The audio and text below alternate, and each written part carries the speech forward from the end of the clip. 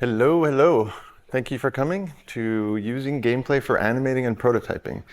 So most of this is going to be live demo. So live demo, things happen, I'll just restart. Can't predict what's going to happen. I'm going to go over a bunch of stuff about me. So some of you may know me already. I started my career in broadcast graphics in New York. I transitioned into feature animation, then I went to video games, then I went back to feature animation, and now I'm at Epic. So yeah, I'm a product manager for the animation space. So me and my team, we handle all of control rigs and animation authoring tools, sequencer, retargeting, and a lot of the cinematic workflows now as well. So these are the things I'm going to cover today. So I'm going to start with what I call the art of baking. And this is just this kind of circular iterative loop that is inherent to how sequencer works with control rigs and skeletal meshes. So baking to animation sequences, baking to control rigs, layered control rigs, just kind of that whole loop. Just to kind of cover all that because I will be using it later. Second part, I'm going to record gameplay using Take Recorder. And then using captured gameplay for creating cinematics, so just making a few quick shots from that, the results of that. And then lastly, prototyping like game design mechanics using sequencer. So I'm going to stay out of the technical blueprint land and do it all just through sequencer from a very animator-friendly kind of area. Okay, so there is where I'm going to get started. So I'm going to start with just covering the, so yeah, live demo. When you add a control rig into your sequencer, this is kind of the default setup. So you have your top level skeletal mesh, you have your animation sequence, which is where clips and stuff would go, you would have your control rig, and you also have a transform track. So they're all very useful. Some of them play well with each other, some take over the results of each other. So specifically I'm going to cover animation and control rig. So you'll see this control rig here is active, right? I can just pose and manipulate this guy, and I can set some keyframes and animate this guy if I wanted to, right? And I also have the animation tracks above that. But if I add animation clips to here, like say a jumping jacks animation, you'll see nothing plays. That's because the control rig is also active at the same time, and the control rig wins here. So if I mute the control rig, now you'll see it's playing just the clip. So the control rig kind of went away now. The control rig is like this temporary thing that you can add when you need it. You can bake it back, you can delete it. There's a lot of power that comes with that, but it takes some getting used to because it's pretty different from what you may be used to in other tools. So yeah, so now you can see here, I'm playing this. And when you're with clips, you can do a lot of neat things. Oops, sorry, my hotkeys are messed up. When you're with clips, you can blend them to other clips. Right? So I'm just going to shorten this animation so it doesn't play the whole thing. I can shift the timing of this clip if I want to use just a certain part of it. And then I can add another clip. So in this case, I'm going to add like an idle. And you'll see now another clip gets added, and I can blend those clips together. So now I have a jumping jack that's going to blend to an idle. So it's really powerful. You can do that. But if I want to edit this animation now, if I turn this control rig back on, you'll see it overrode that motion that I did, right? Because again, one of them wins. In this case, control rig wins over the clips. And I'll get back to that later, showing some other new tools that we added that make this even easier. But I just want to go through the whole process just so you guys can understand how these are used and how they work well together. We also have this thing called a transform track. And this thing is really, really useful. This thing happens before anything, before the rig is evaluated, before the animation sequences.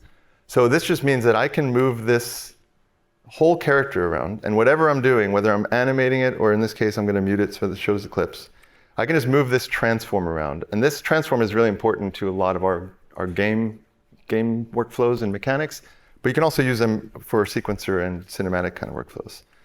So I'm just going to bring it back here. So you can even do things like scale. So I can make this guy really small or really huge, and it doesn't matter. He would still, let me go find him because I made him tiny, tiny, tiny. It still would animate properly, and it would still, the rig would still work at that scale. So it doesn't really matter. That's the nice thing about a transform track. It's kind of before everything. So for any of those that have rigged characters and you built like a global scale into a rig, it's a pain in the butt, especially when it comes to facial controls and simulations and dynamics. This one just works. It just sits above everything. It's part of the logic of how these characters are configured and set up. So I'm gonna just put him back to his normal size. Okay, so what if you wanted to actually edit this animation? So in this case, I'm just gonna actually delete the control rig because you can. I can always re-add it later. I can put motion from the clips to it if I want. I can fully keyframe it if I want to. Right now, I'm not gonna use the control rig as is because I don't need what I was using it for. I can also delete the transform track if I wanted to, and then it would just kind of sit at origin. And you can still offset it, but I really wouldn't recommend deleting that. Again, you can always re-add it. So I can go in here and add where is it? No, here, plus transform. So I could always re-add transforms too. Some objects, when you pull them into the sequencer, won't come with a transform track. If you just set a keyframe on it, the transform track is what would drive that. So it would just add a transform track for you, but you can also add them manually if you wanted to. Okay, so I have my transform and I have my animation. So say I want to actually edit this animation. I want to make a change somewhere. I want to change this pose maybe at the end. So I have a bunch of ways to do it, but I'm going to show you one way. So the first way is I'm going to bake it to a control rig. So in this case, I'm just going to right-click on the top level and say Bake to Control Rig, and then you'll get a list of your compatible control rigs. If it doesn't show up, you could always turn off, where is it? Oh, Filter Asset by Skeleton, and it would show more control rigs that maybe would be connected to other characters. So control rigs are these things that could be reused in a lot of ways across characters. There's a lot of smarts built in. So I'm gonna filter it back to just what is configured as compatible with this skeleton, just so it's simpler. So I know I want to use this control rig right here. So I click on it. It brings up some options, and I can change some stuff. In this case, I'm not going to change anything, and I'm just going to say create. And what that does really quickly now is it instantly baked everything to the controls. So if the rig is configured with this backward solve, that's what this is using. It's how does the information from the bones get translated to the rig controls. So because this was configured in the rig, if you ever want to bake animation sequences or bake to control rig, that needs to be configured. So if you're building your own rigs, make sure you have the backward solve set up. So now you'll see what happened is it deactivated those clips because it knows now that I don't need those clips anymore because I'm using the control rig. If I unmute this, or if I mute or unmute, you'll see nothing changes because now everything is baked to the control rig, and because the control rig wins, that's what's taken over. If I do mute the control rig, you'll see it will do nothing because these clips are deactivated. So if I wanted to actually use the clips again, I would have to activate them again. So I could go into each one and activate them. And now I'm back to clip land, right? So in this case, it doesn't really matter that it's still there and active because the control rig will still win. But I just want to kind of explain that setup. So okay, so we have now our animation that's baked, and these are on all these controls. If I go to the curve editor, you'll see lots and lots of keys on all the transforms, right? Translations, rotations, and there's probably no keys on the scale here, but you can see a whole bunch of keys and stuff. So I can do a lot of things here. I could say I'm just taking this body control, and if I want to reduce keys, let me just turn off these tangents. I don't need to see them right now. So I have lots of keys. You have a bunch of new abilities that you can use. So over here, this thing are these curve filters. So if I open this up, you get a whole bunch of kind of options, right? There's smoothing functions. There's Euler filters that fix kind of big spikes. There is simplifying of curves. There's a new smart reduce we added a couple of releases ago, and there's now a smart snap, which I can get to later. But if I do a smart reduce and I just leave this default and I hit, you have to select your keys because it'll do it on selected keyframes. So I'm just going to select the curves like this, and it'll select all the keys in those curves. And if I just hit smart reduce, apply, it will already reduce down a whole bunch of that data. So it cleans up your curves. So that's one way to do it. Another way you can do it is you can use the bake and say, I just want to bake this on 4s or something. And it'll set keyframes on every 4 frames for you, or 2 frames, or 8 frames, whatever you might want to do. So if you like to keep your setups really clean, that would be a kind of quick way to do that. And I can do that for the whole character too. So if I wanted to just grab all these controls and grab all these keys and do a smart reduce on all of that, that would do that as well. Or I could have done a bake as well on force, and it would go through and cleanly kind of sample everything. Okay. So another way, so that is one way, and that is using clips and baking it to the control rig. It's a really powerful workflow because now I can just go and keyframe on top of this. I didn't really show that, but because this is, everything is on this rig, I can I can go in here and manipulate these keys, right? So if I grab this up and down here and want it to go higher, I can just manipulate, just like you would be animating. I sampled the data from the clips, and then I can just keyframe on top of it. I could also use animation layers that we added in the last release. So we have a whole new animation layer system. So if I know for this body control, I want to do like an additive layer, I can just add an additive layer, and you'll see now what happened to my curve editor is there's no keyframes because I'm on the new additive layer. So now if I wanted to animate, I can just go here and animate whatever I want, and it's adding it to, right? It's adding the results of the base layer, which is this guy, and the additive layer, which is this guy, right? So just like regular DCCs for you that know how to use animation layers, we have additive layers and we have override layers. They're both really, really powerful. Okay, so moving on. Let me go here. I'm gonna delete that layer because I don't need it right now. I'm going to delete these clips because I don't need them, and I'm going to actually delete this animation. Wow, it baked a lot of animation here. So do this, grab these guys, and I'm going to just reset the rig really quick. Okay, so now I'm back to, ooh, almost. What happened there? Oh, that's why. Okay, so now I'm back to just a basic rig. And I don't have an animation track because I don't need it, because I'm going to show another way you can bring motion into a control rig without using clips first. And maybe this is known to you, maybe not, but I want to show it anyway. I'm just going to go a few frames later just because I want to make sure I have a nice clean start pose still of the default. And I'm going to right click on this section. So these are your controls and your, all your controls and everything over here, your tree view. This is called a section over here. This is where all your keyframes and everything. And the right-click menu over here is different from the right-click menu over here. There's different options. So just keep that in mind. If you're looking for something, I might be clicking over there, or I might be clicking over here. So in this case, I want to import motion into this section, onto this rig that I already have in my session.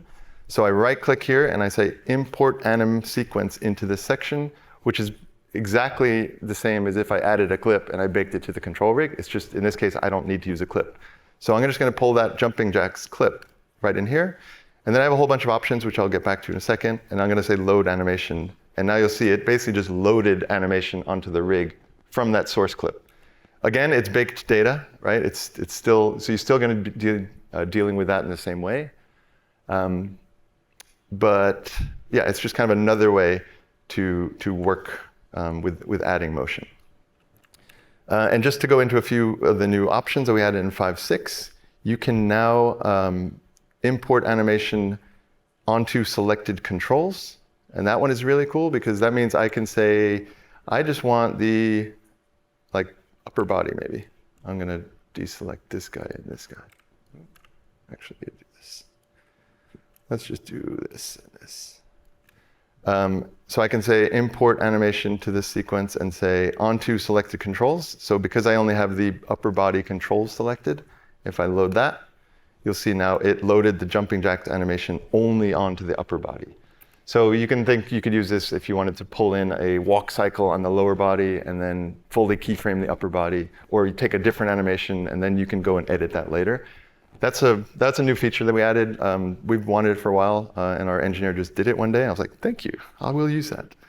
Another cool one that is in there, which I also use quite often, is this bottom one, which is reset controls. So I'm going to turn that off because I want it to the full body again. there's this thing that's been in for a few versions, but a lot of people don't know about it, so I'm going to call it out. Reset controls. And that's checked on by default. And what that means is if you import motion onto this rig, if you've configured the rig, you put the hands in IK, you put them in chest space, you've put stretch on, you've done stuff, because that's checked, it will reset the rig to the default. However it was handed to you by the rigger, that's what it will do. So in this case, I want to uncheck this because I know that I might want to configure the rig. So let's configure the rig. Let's change it from the default. The default is this, right? The arms are in FK, the legs are in IK. Everything is pretty standard.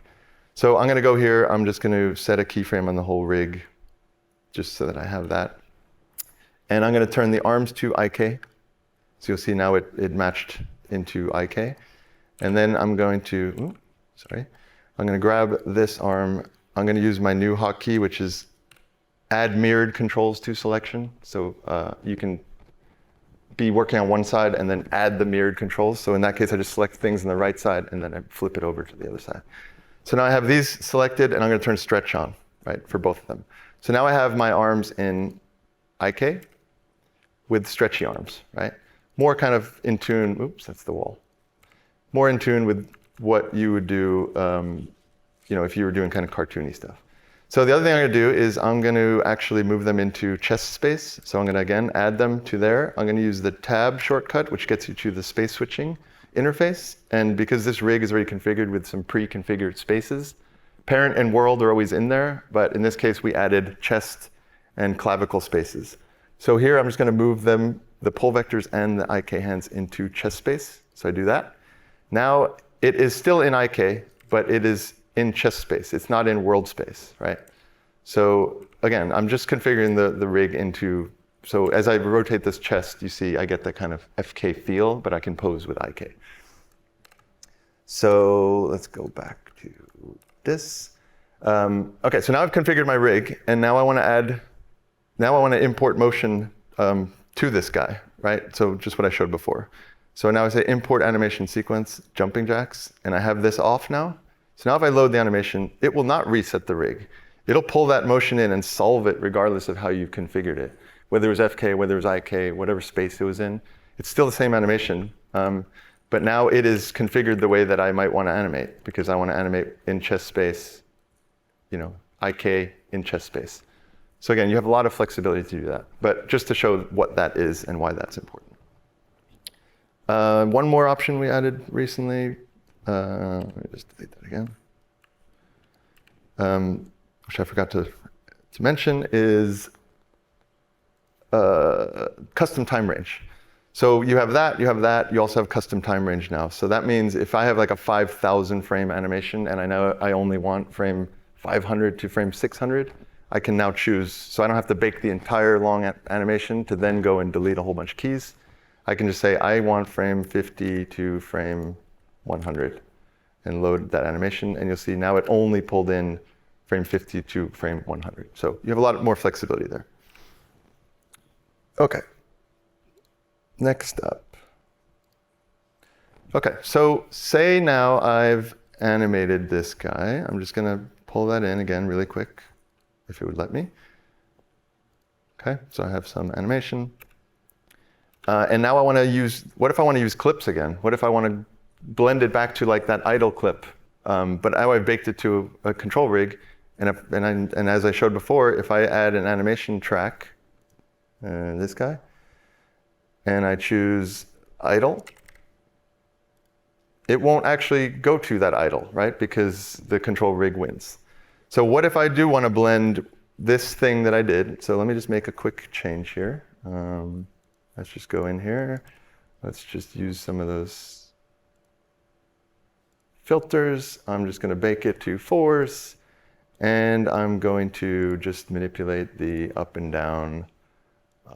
Let's use the new lattice tool and scale these keys up like this, right? So now I've just made him jump higher. Ignore the bad animation, but I just want to show the process of what you can do. So say I have that, and now I'm like, okay, now I want to take this animation and blend it to this idle, so that I only animate in here, and then by here I blend back to the idle. So to do that, you'd have to do a whole bunch of back and forth. So what I'm going to do here is I'm going to mute that idle. I don't need it right now. And I'm going to just bake this animation back to an animation sequence, so back to a clip. So I can right-click here, and just like I baked to a control rig, actually I right-click in the top here. Just like I can bake to a control rig, I can also bake to an animation sequence. So if I do this, and I say edited clip, again, it'll come up with a whole bunch of options. I'm going to just export the default. This little guy will come up really quick, so if I click on it before it goes away, you'll see now it's baked a clip. This is another viewer that the game guys use. But I can just verify, is this what I want? And here's all my animations that I have available in this guy. Again, I don't really use that editor too much because I kind of stay in this world. So now I have a clip, but because the control rig wins, in this case, I'm going to mute the control rig, and I'm going to add that edited clip. So you'll see now what it did is that's the newly baked, beautiful animation that I made. And now I can go back in here, and now I can edit, do this kind of blend thing, right? So I go here. Oh, let's do it this way. Actually, let's clip this thing. I'm going to clip it where it ends, like here. I can splice this clip. So I just did Control /, which spliced it, kind of like non-linear video clip. And I'm going to delete that part of the clip. I'm going to bring this up and blend it in. So now it should go from that edit animation blended to an idle. So now I've gone back to working with clips again.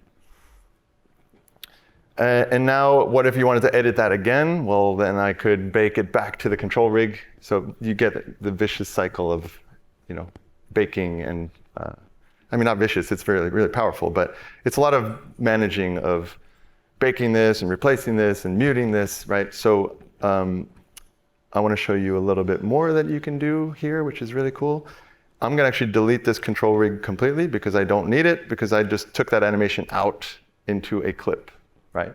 So now my animation is still there, it's still the same, and I've blended it to a clip. I could blend to runs, to walks, to other mocap.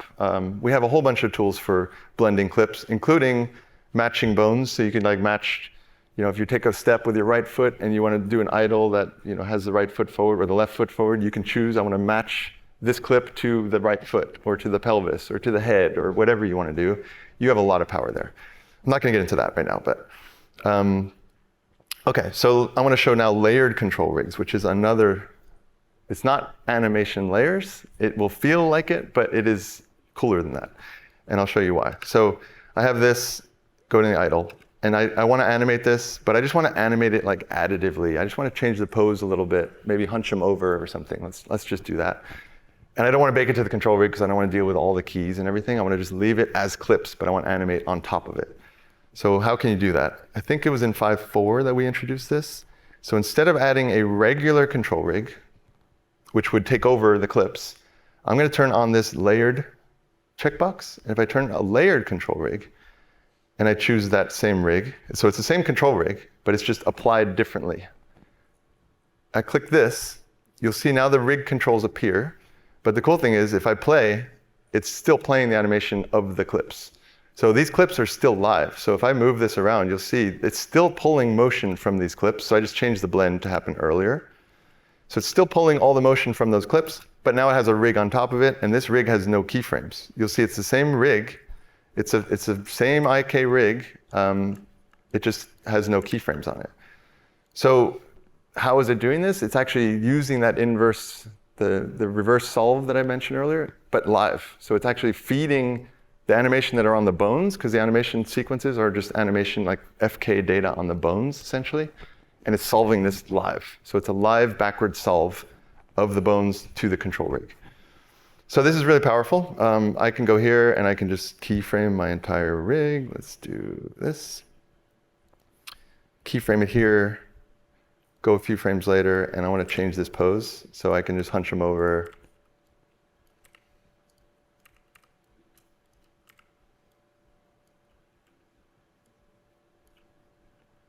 And let's just rotate his head or something.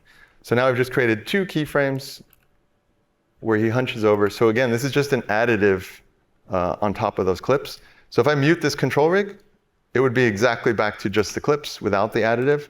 If I mute the clips, it would be just the additive animation I did. So just what did I pose on top of that? So I have a lot of flexibility here because now I've kind of abstracted out the little additive adjustments on top of data that could be coming from a lot more kind of information. I can even bake that back to an animation sequence now, so it's a result of the clips and the additive stuff into a new clip if I wanted to. But the cool thing here is I don't really have to in this world, unless I really need to go in there and so there's like a sliding foot that's coming from the clip blends, and I don't want to counter animate that in the additive layer. That's a situation you might bake it all back to the control rig, make those kind of fine-tune adjustments, fix feet sliding, and then bake that all back to a clip. But then know that you always have this power to, anytime you're in the clip world, you can add this layered control rig. Really powerful. This also has weights. So if I turn on this weight thing, it's not on by default. This layered control rig has a weight. So this is where it gets similar to like an animation layer, like an additive animation layer. I can dial the weight down, and you see it's actually blending away from that rig. So it's a percentage of that change I did. And I can animate that weight. So 100% or 1 is the full result of the two combined. I can just blend that out. I can even use animation layers on this because this is just another rig. So if I did a whole bunch of additive animation and then I wanted to add something else, I wouldn't add another layered control rig because you don't want two rigs on top of each other. In that case, I would do an additive animation layer on top of a layered control rig. I know it's very confusing. A lot of power here. You got to play with it, mess with it, and kind of break it and see how this works with your workflow. But again, I wanted to show this stuff because it's important. OK, so that was layered control rigs. OK, now we're going to get into the fun stuff. So hopefully that all makes sense. If you guys have questions later, bring them up if we have time. Wow, did I already blow through 27 minutes? Wow.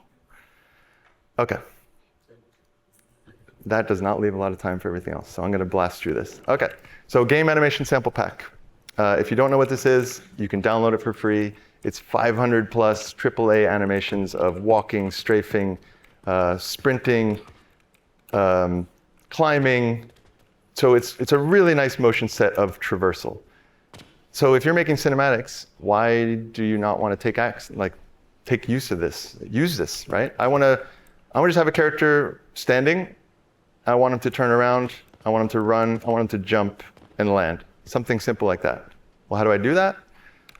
So in this case, I'm just going to I'm going to close this level sequence because I don't need it. This is called the game animation sample pack. So download it, install it, and play with it. This is the default. This is how it shows up. Actually, it's not. Sorry, I lied. The default would be this, the default level. So I have this. So I'm just going to move this guy. So this is the player right here. I'm just going to move him closer so I don't have to run so far. And I'm just going to basically climb up on this wall and jump down. And we're going to record that and then use it. So now if I play, I start from there. And I can just climb up here. We're going to do this. And we're going to do this and land. OK? The motion's really nice. You imagine that's a great starting point for things. So I hop out. There's this thing called Take Recorder. So under the cinematics window, there's a new window, or it's not new. It's been in here for a while. We are working on rewriting this, so it will change. But for now, this is the way it is. Take Recorder comes up. And this is like a little recording system. This is how mocap is live linked in and recorded. It's pretty standard for any of you guys that have done those kinds of work, live link, all that stuff. But the cool thing is you can actually also source the player. So what I'm going to do, you have to choose a source. So you have a whole bunch of different sources here, from live link, from whatever. In this case, I'm going to say player, because that is all I care about here. I'm just going to record the player and use it. So I chose player. Then you have a whole bunch of settings in here. I don't know what most of these do, to be honest. There is start at current time code, which will actually start at this crazy giant number here, 12 hours and 14 minutes and 59 seconds. You imagine the numbers of frames when you're thinking about time like that. You don't really want that. So I usually turn this off because I just want it to record at frame 0. So I have this configured now. Now I hop into my game. Now I hit record. And you'll see this little timer comes up. And now I play, and I run, and I climb, and I jump, and I jump down here and turn it on. Boom. Now I hit escape. It's recorded a clip. It asked me to save. I'm not going to save it here because I don't care. You'll see if I play this sequencer now that came up, nothing showed up because you need to go and view a take. It's kind of like I did a take of mocap, and I want to view that recording. So I click over here. I say, here, review last recording. So in this case, it's going to take me into a sequence. And now if I hit play, you'll see that little motion I just did is now there, right? Exactly what we just did.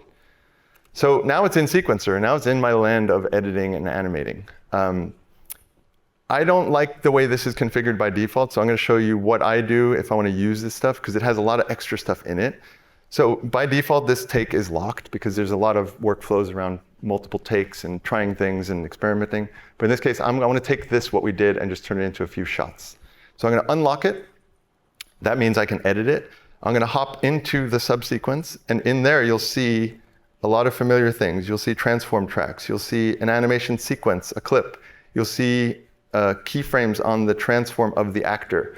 You'll see this trajectory, because this is that transform of the actor is what's driving him moving around. That is where the movement got recorded to. So if I muted this transform, he will animate just in place. If I muted just the clip, he will slide around without animating, right? So it's kind of two pieces of data. Stuff I covered earlier, the clip and the transform. Okay, so I have this. What I'm going to do is I'm going to actually, because this character is a player, it comes with a lot of extra stuff like player camera and all this stuff. I don't need that right now. So what I'm going to do is just add another version of that same character. So I'm going to pull this guy in. And what I'm going to do is I'm going to copy the animation clip and the transform. I'm going to make sure this guy is in, where is he? This guy is in my sequencer. So you see it came in with an animation and a transform, which is all I need. I'm going to delete that because I already copied it, and I'm going to paste it. So now I just pasted the animation of the recorded guy to another guy. You'll notice there's this weird offset, and there's this like offset in our game capsule. So it's like, I know the numbers, it's -88 in Z, which is Z up, and it's 90 degrees. So it's pretty simple to kind of adjust. So let's just do it this way. I'm going to do an additive layer in here, and I'm just going to pull him down. I'm not even going to be accurate. And just rotate it. So if I get it close enough, that's fine. Now I can delete the guy with all the extra stuff. Where is the guy? This guy with all the cameras and stuff. I can delete him because I've now transferred what I recorded to a much simpler setup, right? Just the guy with the clip and the transform. That's all I care about here. Now I don't want to be in this take land still. So what I'll use is save as, and I'm going to say go to my developer folder. I'm just going to save it somewhere else, Orlando game, and call it test1. Sure. So now I've extracted it out from that world, and I've saved it into a level sequence that I can now do whatever I want to. I don't have to worry about everything else. I can close take recorder. So you can imagine you can do multiple takes. You can do another take of a different guy and add that guy as a second character, or a third character, fourth character. You can act stuff out. You can have 20 characters running through the scene in probably 5 minutes with really nice starting motion. You think about previs and layout, like this is a huge time saver. Again, you need motion data sets, and this is a beautiful motion data set that is released for free. You can use it, you can kickstart, it's released. And they're going to keep adding to this, more climbing and more traversal, multi-matching characters, transition to cinematics, all sorts of cool stuff. Okay, so now I have this. Now let's just add a couple cameras. So I'm just going to do some coverage. I'm going to create a camera. I'm going to keyframe this camera a little bit. Just track this guy moving. Something simple like this. There's my shot one. I'm going to hop out of the camera. I'm going to add another camera, maybe like here or something.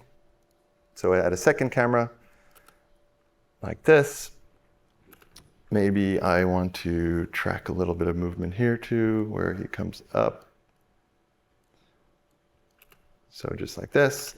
And now I want to do a camera cut. So I can choose my cut point. I can be like, oh, I'm still in, so that's shot 1. I can go here and add a camera 2. So now I cut from camera 1 to camera 2, and I can do it wherever I want that cut to happen. So really quickly, I've captured motion, and I've added a couple cameras and created a little cinematic, right? And obviously all your camera stuff is in here, so all the aperture and depth of field. So that's the beauty of some of this stuff is I can go and adjust my depth of field. Am I in the wrong camera? Hold on. Let's go into this one. And let's lower the aperture and adjust the depth of field. Whoa. It's super bright, blown out, but you get the idea. You get all your normal kind of camera movement stuff.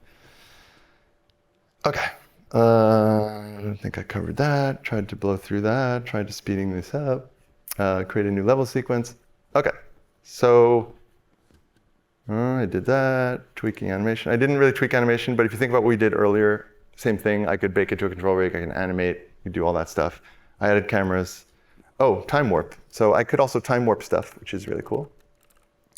So because this is a clip, I can time warp this guy. So if I don't know if you guys are aware that we added in 5.5, we added time warp. So I can time warp clips. I can time warp subsequences. I can time warp. I can't time warp control rigs yet, but that will be coming. So I'm going to time warp this clip. So if I do add time warp curve, it now added this time warp curve, which if I look at it in the curve editor, it's just a start to end, which is this is my animation playing. So say I want to do slow motion. Let's do the jump off of here in slow motion. So here I'm going to add a key like right around here on the time warp. And I'm going to slow this down to here. And I'm literally just adjusting timing on this one curve. So I'm going to slow this down. So now he will go into slow motion for here. Because the transform is still in real time, that's why he's moving. He's still moving through space, but the clip is in slow motion. So I would have to also slow down the transform. So I'm not going to do that right now, but I do want to show what I could also do with this is using those filters I showed earlier. I can bake this onto 2s. I can put that into step mode. And if you imagine what will happen here, it will now feel more like Spider-Verse-y kind of step mode animation, but sampled from live action, or sorry, in this case, it's gameplay. And I also have the smooth transform, which is like what Spider-Verse would do, right? They traverse characters smoothly through space. Because if you put step mode on the transform as well, you're going to get all this jerky kind of motion. So already by default, just by doing that, I have my snappy kind of feel from that. And the crazy thing is, with this setup, I know I've shown you a lot, and it's probably like overwhelming. That thing I showed you earlier with the layered control rig, you imagine what happens if I add a layered control rig on top of time warped time. Where are you? Mannequin. Where are you? Layered. Oh, here. CR mannequin body, this guy. So in this case, I've added now a layered control rig on top of step mode timed animation. So now I have a rig that is animatable fully in time warped, like weird space time, because the time warp curve is adjusting timing, but the layered control rig is live solving that, so it doesn't really matter what you're doing. It's crazy powerful, because now I can just do additive pose adjustments on top of that and exaggerate poses or animate stuff on top of it. I can put that in step mode if I want, or I can keyframe that smoothly. By default, this is set up as smooth animation, so if I do this kind of thing, make something terrible, it's going to smoothly interpolate that control on top of everything else that is step mode because it was retimed through time warp curve. I think that made sense. Sorry, I'm winging it at this point. Okay, so now, okay, still have time. Good, good. I'm going to load up. So this is the level. Okay, so I want to show how you can trigger things in the world and animate things in the world. So using all these techniques I showed you, you can also, during gameplay, I can trigger animations. So I'm going to actually, just to speed this up, I'm going to load something I already did. And it's a simple example, so just bear with me. All I did is I took that base level, I added a platform here, and I added these two giant platforms out there, and I added a trigger here. And the only thing, so this is the only time I've ever dabbled in blueprints, and I've tried to stay away from it, but in this case, I needed to because I need to add a trigger volume that triggers a level sequence. So not to get too technical because I'm not that technical. I don't understand this that much. I want to understand it more, but I just don't. In this case, I went into the level blueprint. So I made a copy of this level, so I have my own level and a level blueprint. If I go into here and look at it, the only thing I added were these 3 nodes. So I didn't go into, I don't even know what all this stuff is, to be honest. I only added these 3 nodes, and this is just one way to do it. We're going to simplify this workflow because you should be able to just add a trigger that triggers a level sequence. So all I did here is I created a trigger volume. So it's just an asset here, volumes, trigger volume. So I added that to my world, and then I scaled and positioned it. So right around this logo, I put this guy. And that's what I'm triggering here, is that trigger volume is going to the create level sequence player, and then is playing it. So, and then here is just where I choose the animation it plays. So that's all I needed this for. I made a trigger volume, I'm creating a level sequence player, and I'm choosing the level sequence to play, and then I'm playing it. So that's all I did. So with that, if I hop into this, oh, he doesn't have his animation for some reason. Oh, there. So now I know if I hit that trigger, right, nothing is animated right now. If I hit this trigger, you'll see now these platforms that I keyframed come flying in here, and they have collision and everything too, so I can just jump on them and climb on them. So you imagine the things you could do with this, right? So if I actually load that up, where are you? Here. Platforms. So this is just a few keyframes on these platforms. And the cool thing is I can just adjust these things. So I'm just going to make this guy like do an arc like this, and maybe this guy do an arc like this or something. Right? So now I've changed that animation. If I hop in the game now and I trigger this again, you'll see the new animation already. It's basically linked, like in memory, to what you're keyframing is linked to what your game is looking for and listening for. This gets crazy powerful because that means I can change these things. I can hop on these things as they're flying by. You can imagine like the filmmaking kind of ideas you can come up with, right? In this case, you'll see it reset while I was standing on it, so it actually brought me up into the sky. So now I'm way up in the sky because the animation ended. So now I jump down. I can re-trigger it. I think it's configured. Wow, where am I? It took me like way far away. Where is I'm just gonna start over. So yeah, so if I do this and it plays the animation, when it ends, it would, yeah. If I hit it again, you see it plays that animation again. For some reason, it didn't play the whole animation, but yeah, you get the idea. So I'm going to take this a little further because I know I'm running low on time. Sorry, I spent way more time on the baking than I thought I would, but it's okay. Let's go to this guy. Let's try this. Let's see what this one is. So in this case, Greg Richardson set this thing up for me. He created an asset that this is the kind of thing that I want to release as a default. He just created this blueprint trigger volume where I can just drag that into my scene. And on that, the cool thing is I don't have to go into blueprints at all now. I just drag this node in. I want to add that to the engine because I think it should just be a default thing. So this is a level sequence trigger. And here I can choose the animation I want to play, and I can choose whether it loops or not.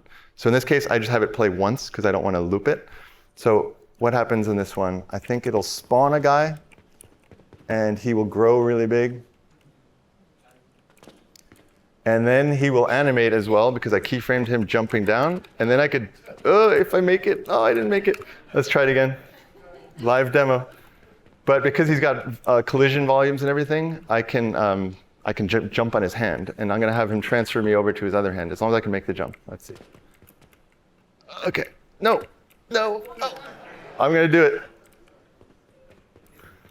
And then I'm just going to show last thing here. So I'm going to just keep trying until I get it. So I'll get it. This is not my comfortable setup from home, so it's a little awkward. OK. So now I'm on his hand. He brings me up. I can jump to his other end. No, jump too far. My gosh. You know what? I'm going to change the animation to make it simpler. So I'm going to show you that I can do the same thing with all this. So if I go into scaling mannequin animation, and I go to that animation, where are you? This guy. So I just go here. I'm going to actually hold this pose longer so that I have more time. And I'm going to hold this pose longer before he does this. Here. Do that. Okay, now I have a better chance. So let's see. But the cool thing is I didn't even save. I'm literally just changing keyframes and then just relaunching. And because it's triggering what is running in sequencer in memory. Oh, see, I had more time now.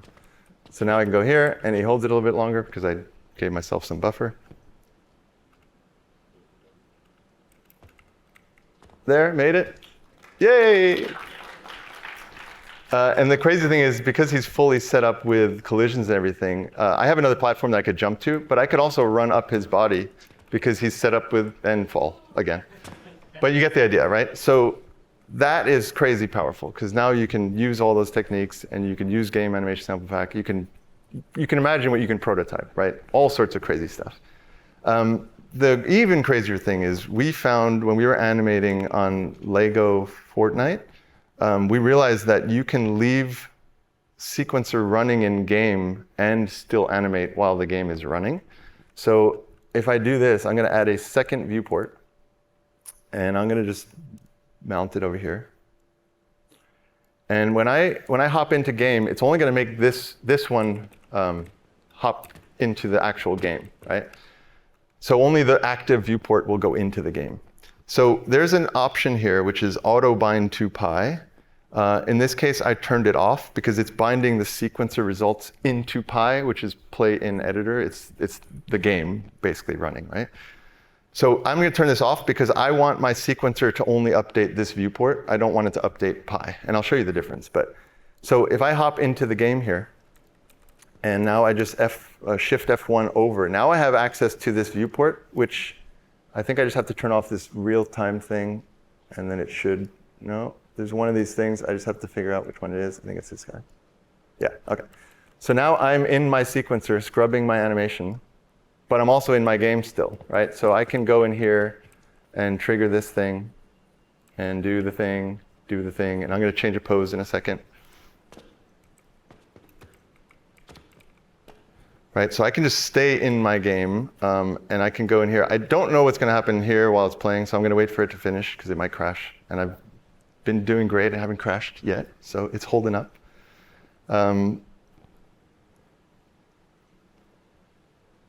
OK, so he's still animating. He's doing his thing. OK, so I'm staying in pi. I have not exited the game. I can go over here now, and let's say I want to, let's change this arm to be like, oh, I'm in the wrong manipulator. Hold on, parent. OK. So I'm going to move the arm like over here. So I just changed it. I can hop back in here, and if I trigger this guy again, oh, I don't have it set to loop. Sorry. In that case, I do want it to re-trigger because I turned that off because I didn't want to. I know there's a crash there that I'm trying to avoid. So details, I'm going to turn off do once so that I can trigger it a second time. Hop in. I mean, you'll see now that that pose change I made, it will be already updated to what's over there. But again, I haven't saved anything. It's literally just connected in memory. So you see now he goes way out here, and he drifts back because I left that other key in there. So again, like it's crazy powerful, just that loop of I can just stay in the game, and I can just try something, do a cinematic, do a creature kind of roaring at you, hop over there, edit some animation, hop back in the game, re-trigger it, see what's going on over there. So if I had turned this, if I turned this guy on, the thing that I turned off, which is the default, I think, while you're in pi, if I scrub the timeline here, this is what auto bind to pi means, is my sequencer is scrubbing animation in the game. So I can either scrub the animation outside the game where I'm editing and keyframing, or I can even, if I want to see it, like maybe I have special lighting or game mechanics that I want that aren't running in sequencer, they're running in the game. I can also look at my animation over here. I can even play the animation and fully keyframe and do crazy stuff. I think that is most of everything that I wanted to get through. I didn't go into detail about how I configured this, other than it's the same thing I did earlier. I just made a level sequence, and I'm just playing that level sequence. You can spawn assets in that level sequence, that's why the character doesn't exist. So if I hopped out of here and hopped out of the sequencer, that character doesn't even exist in the world, because for those of you who are familiar with spawnables, this guy is spawned in the level sequence. So the level can be whatever the level is. And I can spawn lights, I can spawn effects, I can do anything. And then when I trigger it, anything in that level sequence will all get triggered, including adding assets, animating materials, animating explosions, effects, lighting, cameras. I could probably, here, let's try something while we're here. Why not? I'm going to try hooking this up to that other shot that we made. So instead of scaling mannequin, I'm going to choose test one, I think it was called. I'm going to try it. I don't know what's going to happen. It might take me to that sequence. Oh, he wasn't a spawnable, so that's why he's not there. But the cameras are there, so you can see those two shots we did earlier. If that guy was a spawnable, actually I could probably go in there and change it to be a spawnable. Where was he? He was test one. So yeah, you see this guy is broken here. This guy. And hook him up to that guy. Where are you? Assign actor, this guy? Okay, so now I'm back to, I don't know why it got all blown out. I think it was the lens setting I changed. Okay, so let's try this. So now if I hop into it, I think it's just gonna trigger that cinematic. Yeah, so that one that we did earlier in step mode with the two shots, I just triggered it from the same trigger. I just chose a different level sequence. Pretty cool stuff, right? That's it for me.